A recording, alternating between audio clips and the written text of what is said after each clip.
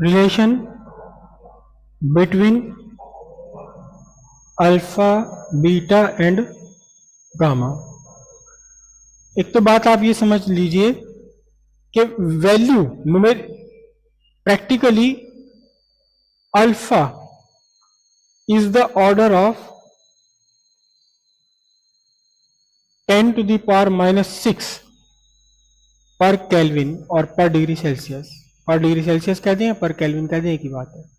बहुत छोटी वैल्यूज होती हैं इसकी ये। पर 10⁻⁻⁶, इसका मतलब क्या हुआ कि सपोज आपने एक रॉड ले ली, एक ऐसी रॉड ले ली जिसकी लेंथ है 1 मीटर। सपोज आपने कॉपर की रॉड ले ली है 1 मीटर लेंथ की, और इसका टेम्परेचर आपने बढ़ा दिया बाय 1 डिग्री सेल्सियस 1 केल्विन।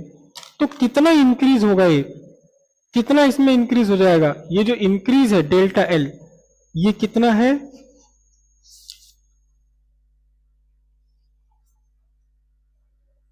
ये है डेल्टा एल की वैल्यू है 17 इंटू 10⁻⁻⁶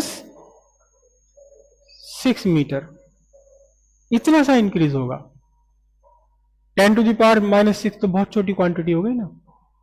बाकियों के भी कुछ के इससे भी कम है, कुछ के थोड़ा सा इससे ज्यादा है, लेकिन 10⁻⁻⁶ लगभग सभी के साथ लगा हुआ है। तो अल्फा की वैल्यू बहुत छोटी है। अगर बाय द वे कहीं अल्फा स्क्वायर आ जाए किसी इक्वेशन में, तो फिर 10⁻⁻12 हो जाएगा। वो तो और भी खत्म है, वो तो बिल्कुल ही खत्म हो गया ना। चलिए अब इसमें हम रिलेशन फाइंड कर लेंगे। अल्फा से ही बीटा और अल्फा से ही हम गामा भी फाइंड कर लेंगे। कैसे? अभी आपने लिखा एक ये रॉड है आपकी, इसकी ओरिजिनल लेंथ है एल, ठीक है। आपने इसका टेम्परेचर इंक्रीज किया और इसकी लेंथ थोड़ी सी बढ़ गई। कितनी बढ़ गई?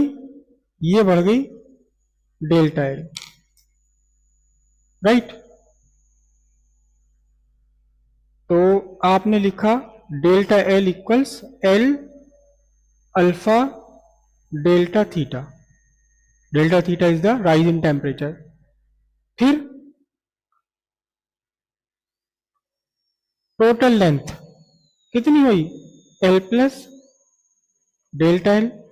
तो एल प्लस डेल्टा एल में कितना बनेगा? L plus L alpha delta theta. यहां से एल हम कॉमन ले लें, 1 plus alpha delta theta. It is the total length, correct. It is the total length. Total length को मैं क्या लिखूं? एक काम कर लेता हूं, मैं ओरिजिनल ले लेता हूं एल नॉट। क्या ले लेते हैं? L not.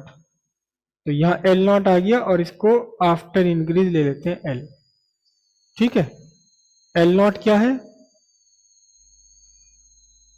Original length. और एल क्या है? Increased length. Increase in length नहीं है, इट इज इंक्रीज्ड लेंथ, जो बढ़ करके हो गई है, ठीक है। उसके बाद बिल्कुल सिंपल, एकदम बिल्कुल सिंपल। अब बना आपका L equals L naught 1 plus alpha delta theta. Square कर दें, L square equals L naught square 1 plus alpha delta theta. Then L square equals, यहां भी स्क्वायर बनेगा, बाइनोमियल थ्योरम से खोल दूं ना, क्योंकि यहां तो 1 है और ये बहुत शॉर्ट फिगर है। अल्फा में 10⁻⁻⁶ आ रहा है, तो क्या बनेगा? 1 plus twice alpha delta theta, binomial theorem से। क्यों? क्योंकि अल्फा की वैल्यू बहुत छोटी है। अब आप सुपरफिशियल पर आ जाइए। सुपरफिशियल के लिए क्या लिखेंगे हम? देखिए, A equals A not 1 plus beta delta theta.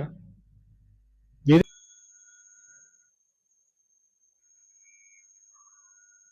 For a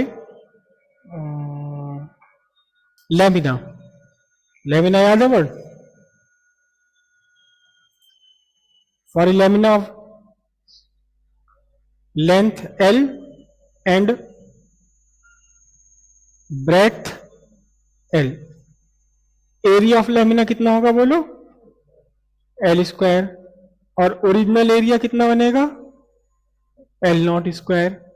तो यहां हम ला करके सब्स्टिट्यूट कर दें, क्या बना, A equals A not 1 plus 2 alpha delta theta, L square बन गया इंक्रीज्ड एरिया, और L नॉट स्क्वायर का बन गया क्या, ओरिजिनल एरिया।